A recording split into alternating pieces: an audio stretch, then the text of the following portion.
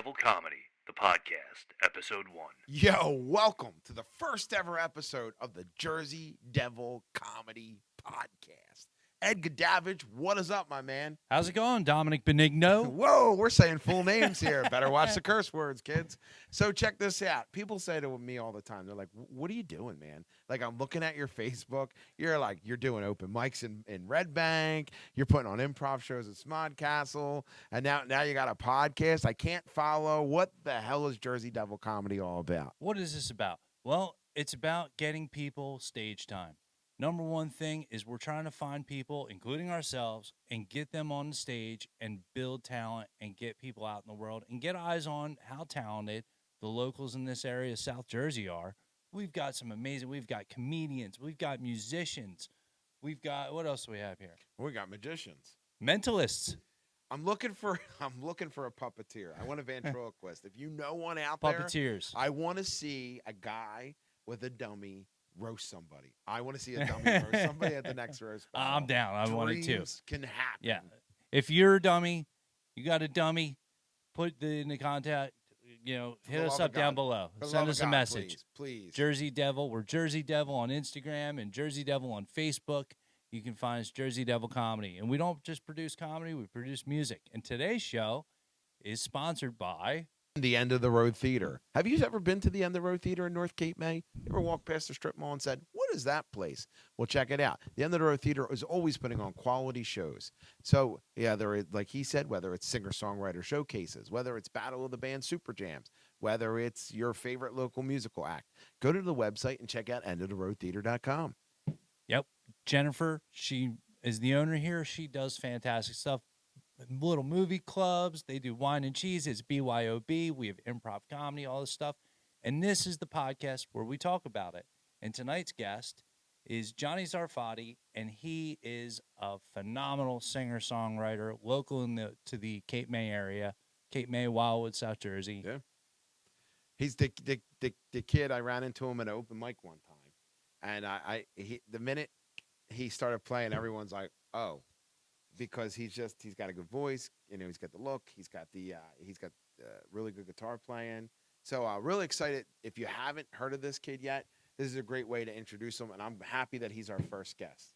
I can't wait for you guys to watch this. This is awesome. His playing is phenomenal, and as far as a human being, I don't think you get any better people than this guy. I mean, maybe Kevin Mulderrick. Kevin Mulderrick is another awesome human being, and we'll be checking in with him later too. So without further ado, let's open this show up right. Johnny Zarfati is going to lead us off with his single that's about to be released on May 9th. Ed, the song is called Ceasefire. Let's hear Johnny Zarfati. Hello, everybody. I'm Johnny Zarfati here with Jeremiah Shanerman. We're going to play some songs for you, and we want to thank the Jersey Devil Comedy Podcast for having us on. So this one's called Ceasefire.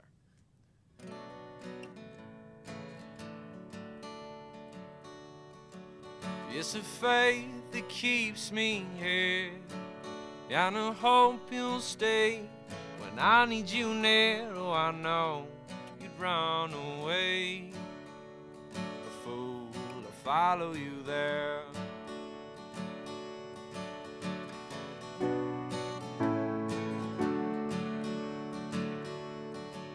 I'll do away with this disguise. When the truth is out, I see a look in your eyes. Oh, I know I won't sleep for days. For my dear, you took me there. The fear is a lie. I hold on tight, keep you by my side a little while more. Hold to the light, 'cause when you're gone, he'll be here by my side, and I can fight for more. Oh my Lord, I'll fight for you.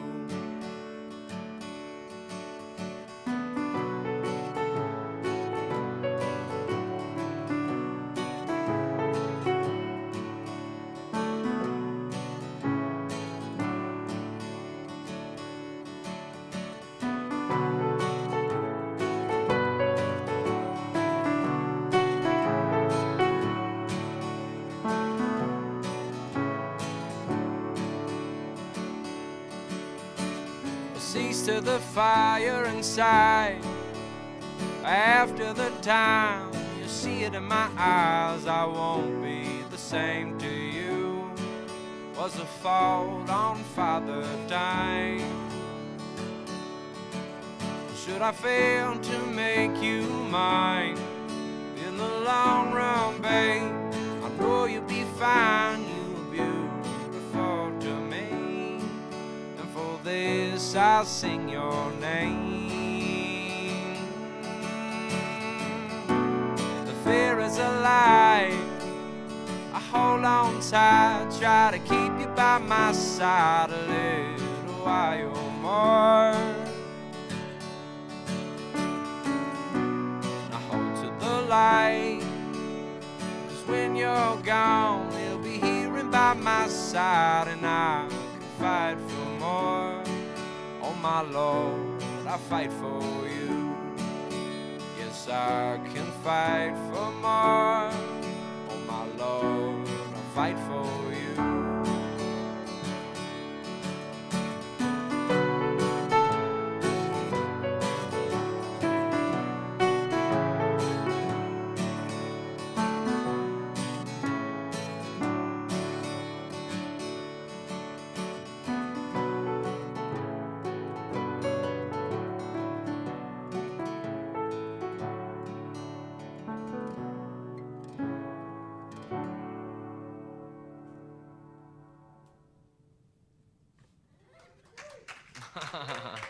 Thank you, guys. Thank you. And we're here with Johnny Zarfati. Johnny, how do you say your last name? I always mess it up. You got it right, Zarfati. Awesome. I get 100 points. Great. Not Zafardi. No, that's wrong. Yeah, I was Zarfati. corrected multiple times before we met. that's the story of my life, though. My whole life, everyone gets it wrong. So the question is, what is that? Is that Italian? Like I'm Yeah, it's Italian. nice because I'm Benigno, pronounced Benigno. Yeah. So you're Italian like me. So I was trying to claim them the other day. So I said, oh, you're with me. You're in the Italian club. I'm Polish, so Yeah, I'm Ed's Polish and Russian. and Delco. And He's got a mix of Delco in it. I lived in Delco. I'm not from Delco, thank God. There you go. Well, just I do off a the- pretty good Delco accent. Oh, let's hear it. These guys are going down to mom and pop-ups for some hoagies. There you go. There's the Delco. Go Birds. Go Eagles. Go That's Eagles. pretty good. That's pretty good. Yeah, The there you Eagles go. and the Birds. Yeah, everybody in Delaware County has like that kind of whiny way of saying It's things. awful. It's so bad. It's awful. You know what I love about being from like Delco though is like the double negatives. So if like you make somebody in Delco a birthday cake and they eat it, they go, "That cake was not as bad as I was expecting it to be." Like that That's is a a beautiful compliment. in comment, Delco. yeah. It's wonderful stuff. You could have knocked it out of the park. So where'd you grow up, Johnny? I grew up here. I was born in Miami, Florida, and I used to come back and forth. We have businesses in Wildwood, Mm-hmm. and since I was born, we would drive there and back, and I'd do 6 months in Florida and 6 months here for the summers. Nice. And but yeah, I was 8 years old when I moved here full time, and this is home. Went to Lower?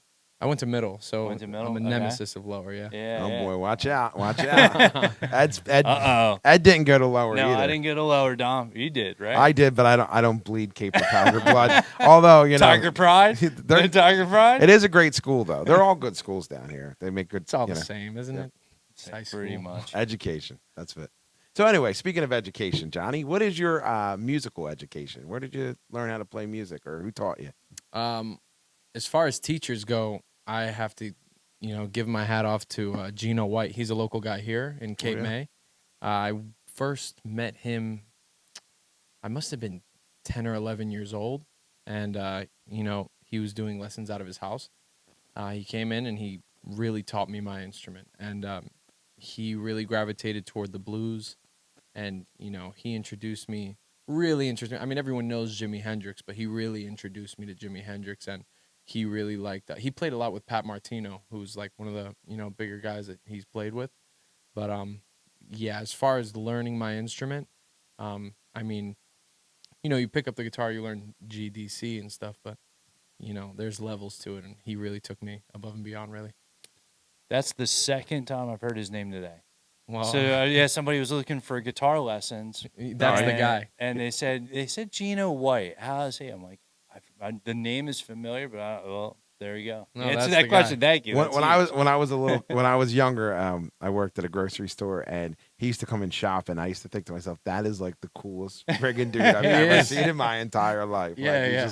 he just looks the part. Like, he's just a cool dude. So, and every person that's ever worked with him says the same thing. He's just awesome and a great teacher. So that's pretty cool, man. Yeah. So now you learn from Gino.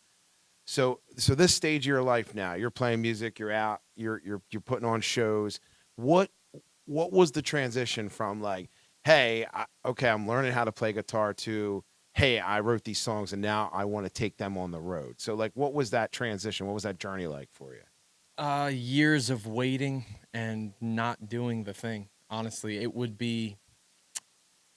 I'll tell you, I didn't always go and get lessons. I went to Gino for years, and then during high school, when things got it was a lot harder. I was doing a lot of sports, Okay. but years go by, and there's always been this thing kind of knocking at the door.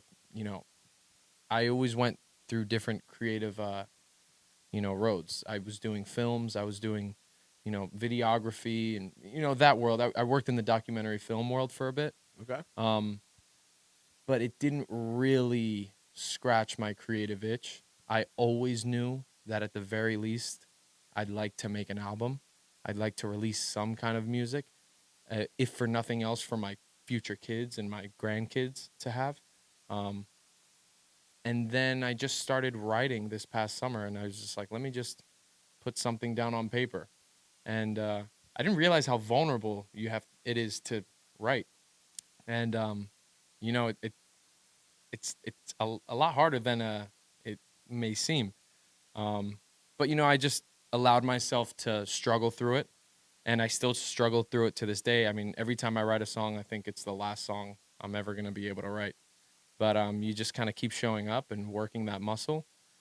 And then a ton of support from my peers, people around me, people who see my music, hear my music, and see me play. It's just the response that I get. It is, I can't appreciate it enough, and that gives me every reason to keep coming back.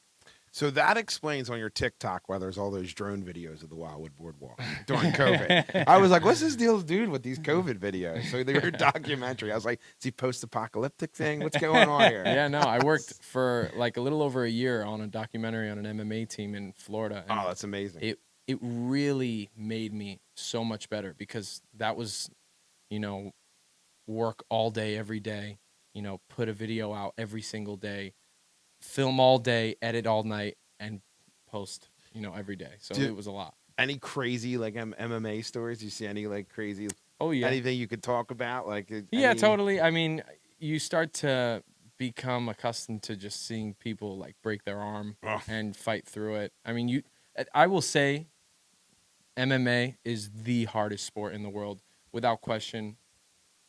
Conditioning wise, grit wise, you have to be a different level of person. But I will also say is that everyone has a stigma, and they feel that if they walk into an MMA gym, that it's tough, mean guys. Some of the nicest people you'll ever meet. just totally different once they get in that octagon Yeah. or the cage or whatever. But Yeah, the nicest people you'll meet. that was awesome. I feel like it's a requirement. Like, I think it should be. I feel like not necessarily MMA, but You could martial take your kids arts. and throw them in. Get in there. Yeah, You yeah. want to be Get my in the son? octagon. No. Well, my kids did Kenpo karate. They did and jujitsu. Yeah.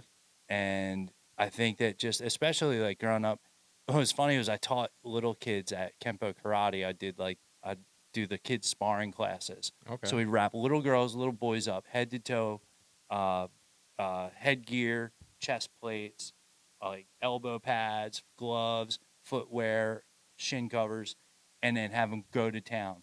Little boys were hilarious. They would get the snot beat out of them by little girls every time.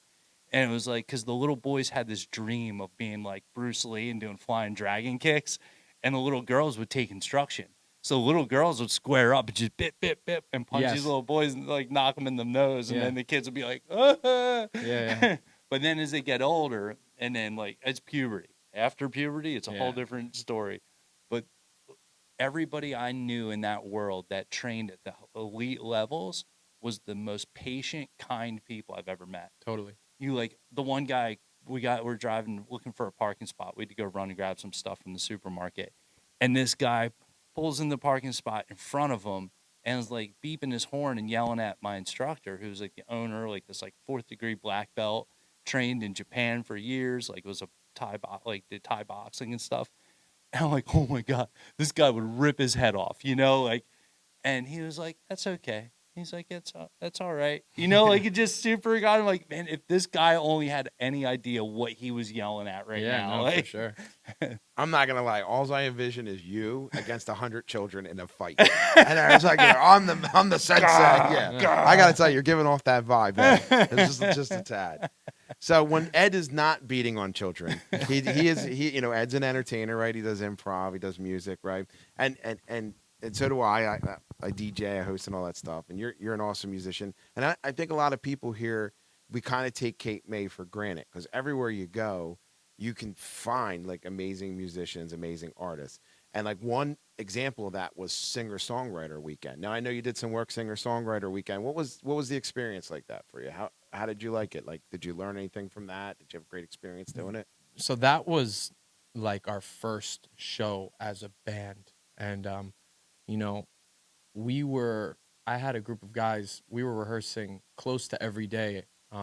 My pianist and bass player, shout out to Jeremiah and Dave. And we saw Jeremiah in the opening song. Fantastic. Yeah, he's excellent, and he will not stop until he gets it perfect. And I always appreciate that approach. And we also had a guy, Dan Castle, drive down. He's from, I believe, New Hope, Pennsylvania. So, is that the cello player? Yeah, he's excellent. That's good. yeah, phenomenal. Yeah. So we played at the Bee's Knees, and it was actually our first gig. Okay. And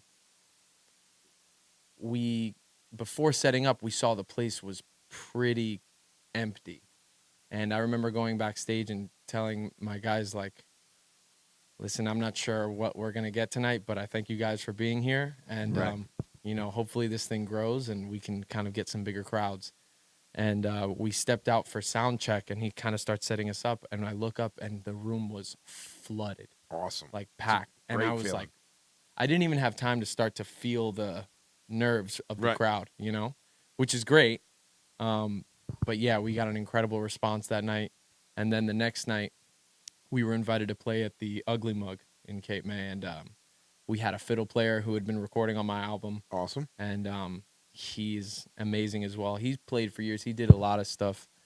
He played a lot at the Philadelphia Folk Festival. Now, is that the guy that plays with Jason Ager? Yes. Oh, his name is Bob Tangria. Okay. Yeah, he's excellent. Yeah, they were, and I got a chance to see him playing at Elaine's that night. Yes, I was with you. Yeah, and it was great. Yeah, it was a great time. I had a different experience at singer-songwriter convention. The girl that I was with didn't have a great night, and we both got thrown out right before I played. Oh my goodness. I'm like, dude, I gotta play, and he's like, you play and then you're out. Wow. So I don't think He I'm got going back thrown to the out mug. before his set. So Ugly Mug, Rock this is my and roll official to the core apology right in case there. anybody sees it. So yeah, I had a rock star night. I didn't have a singer-songwriter night. But dude, unbelievable weekend though. And, Incredible. And it's amazing what they can pull off, getting so many musicians. When I saw my name on the list, I didn't know how big the list was. And I was like, oh my goodness. Yeah. They had hundreds of people there at every venue you can. They got all the sound people, on check to organize that, a radio show to promote the whole thing. It was incredible. Speaking of sound people, who's one of your favorite sound guys in the area here? Well, as of late, his name is Andrew Abity. Is it Andrew. Abity or Abity? I'm terrible with last names. so I've sorry, established that Andrew. already. I'm so sorry, but he does sound at Cold Spring a lot of the times, but he does Right. sound all over the place. That is my guy. He is really incredible.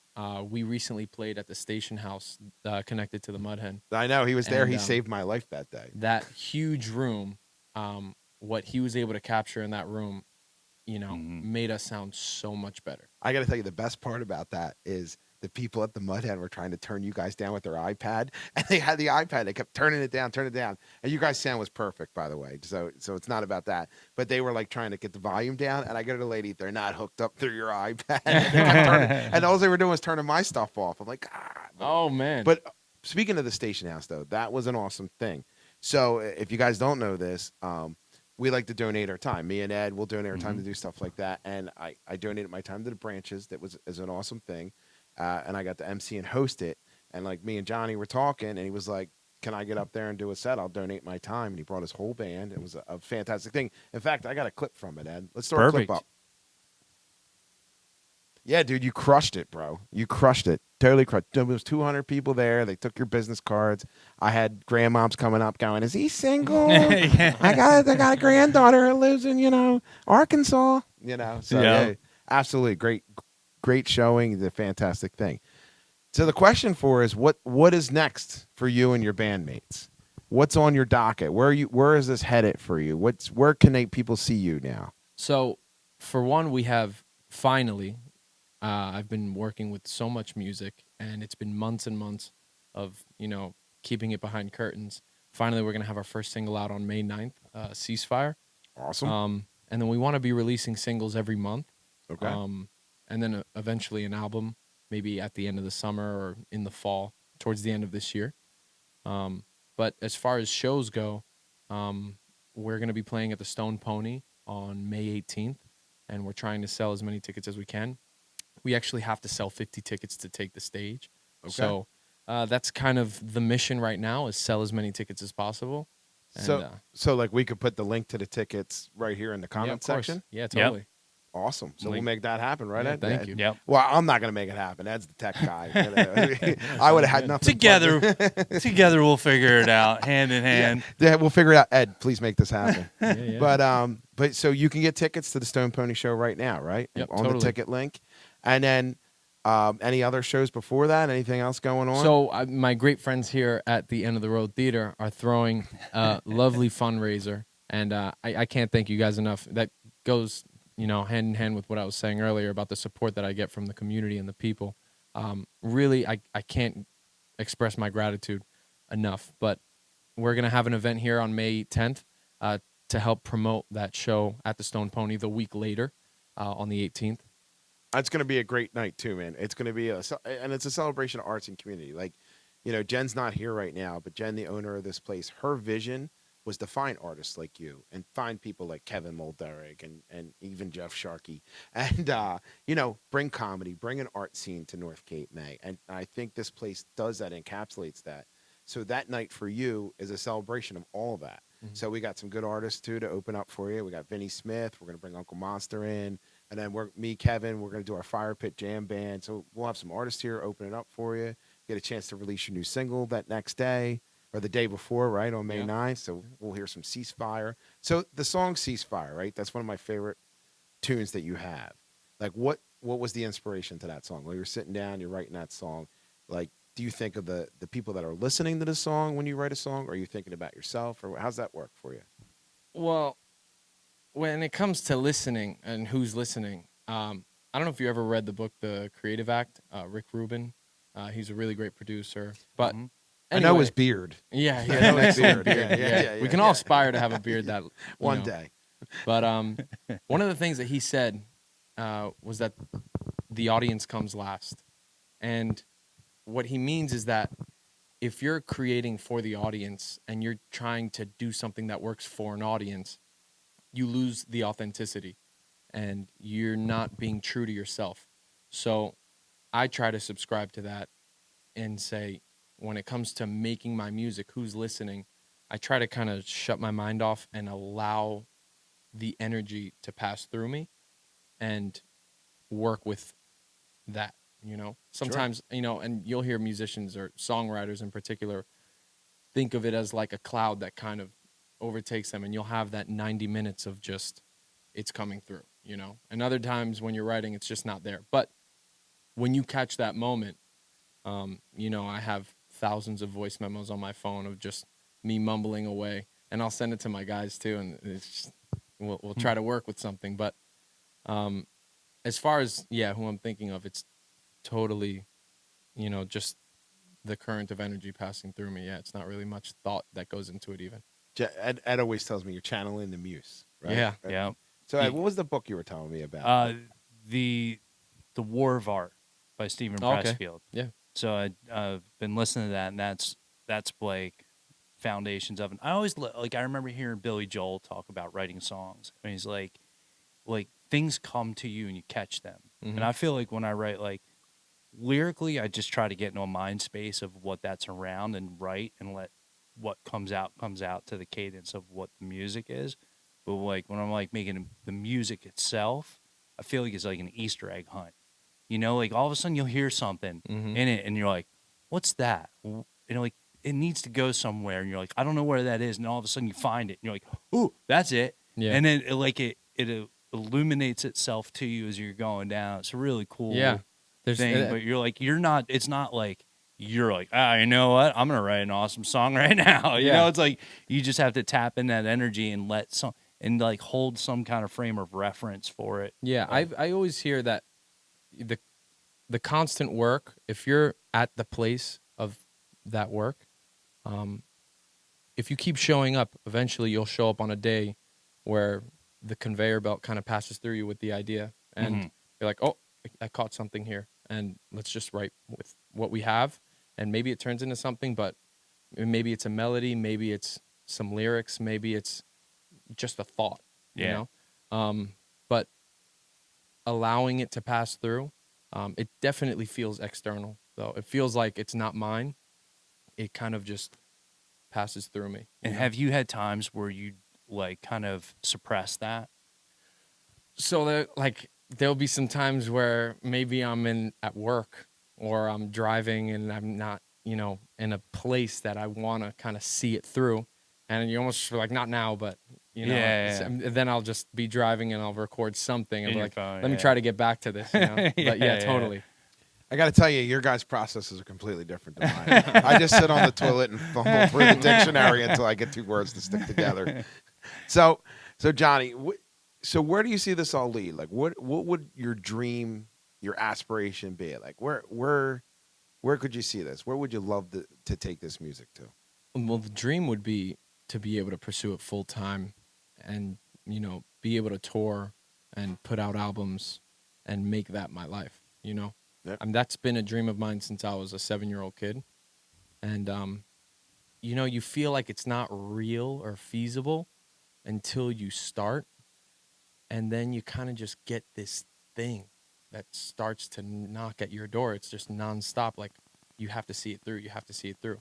And, Calvin Klein has something for that. It's called obsession. No, seriously though, man, it is. It's in some ways a madness, but it's such a passion, and it makes you, it drives you, and it brings you to new and exciting places. I totally. Get I where you're don't see coming any from. reason you shouldn't be able, like, musically, from everybody that's heard your stuff that I've showed it to and passed around, and like my wife, she's like, oh my gosh, like this is amazing. I Like, have a term Thank for you. it. I call it Zarfacy. Czar So yeah, I'm going to Facey. show you my daughter's Zarfacy. Hold on, I'm going to put that up. I made her listen to you for the first time. Yeah, it's called Zarfacy. When they hear you, they're like, "Oh, this kid's got it." and you're easy on the eyes too. Thank you. That's okay. Well, now we know where Ed stands. So anyway, with all that being said, I Oh, do wait. want to go. I got one. I got another one. So to this point now, writing music and doing like songwriting and starting to getting out there in the world with it, what's your biggest success to date? I would say completing an album.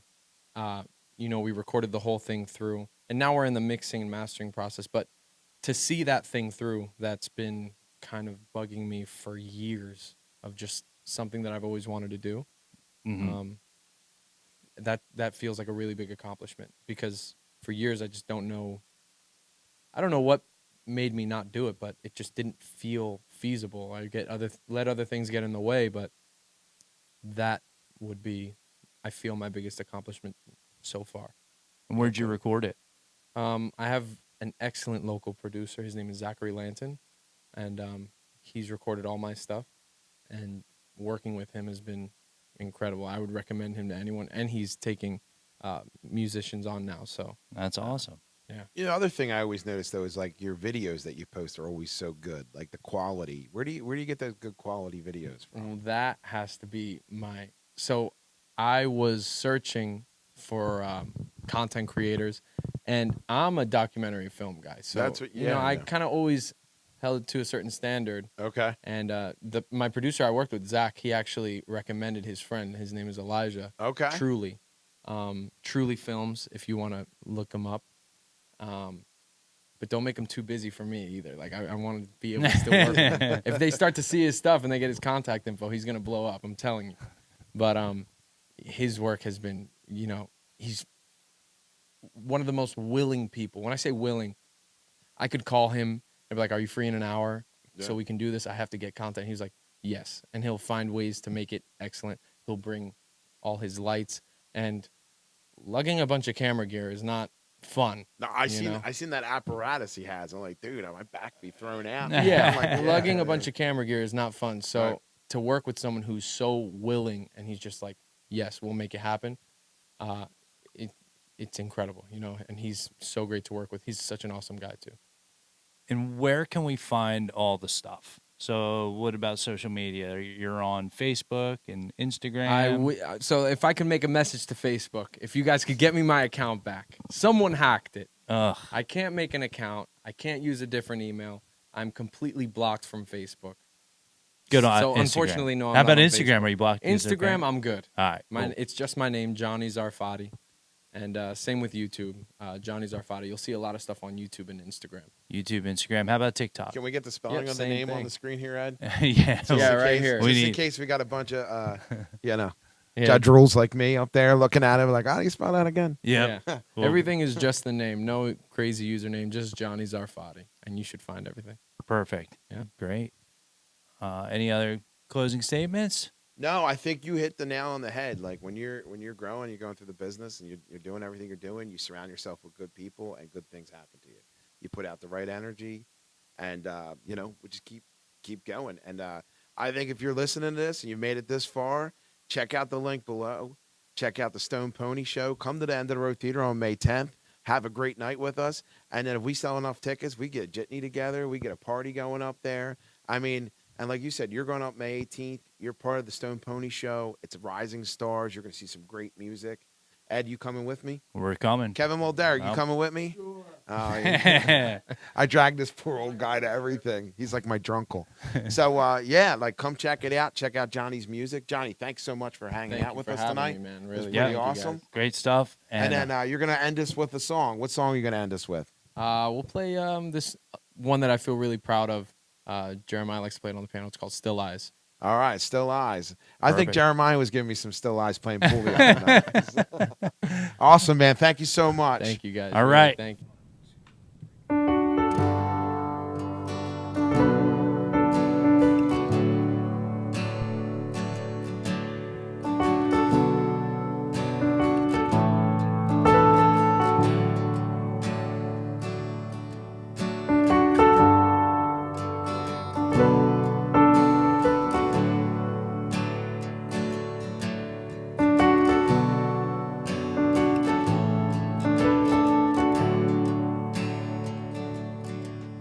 It's been a fight for wrong and right. It's far beyond me now. I've been dragged to the wrong mount. I'll see a sign, ain't hard to find. It's time to face it now.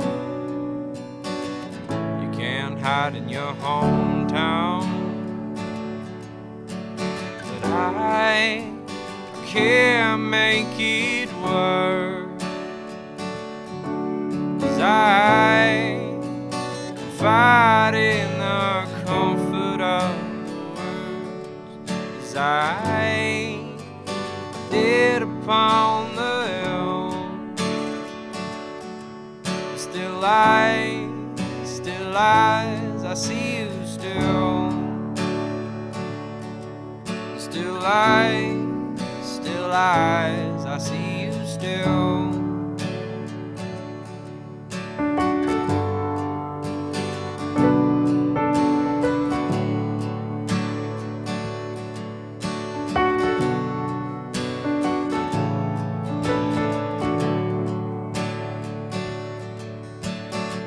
Late at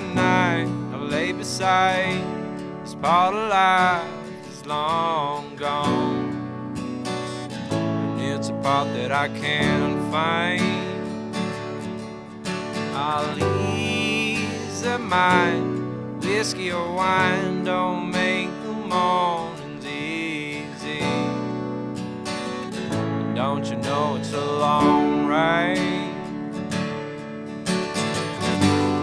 Face to face, you take the place of what I'm feeling now. You're pulling on my arm. I can't make it work, 'cause I fighting the comfort of what you say as I did upon that hill. Still lies, I see you still. Still lies, I see you still. Still lies, I see you still.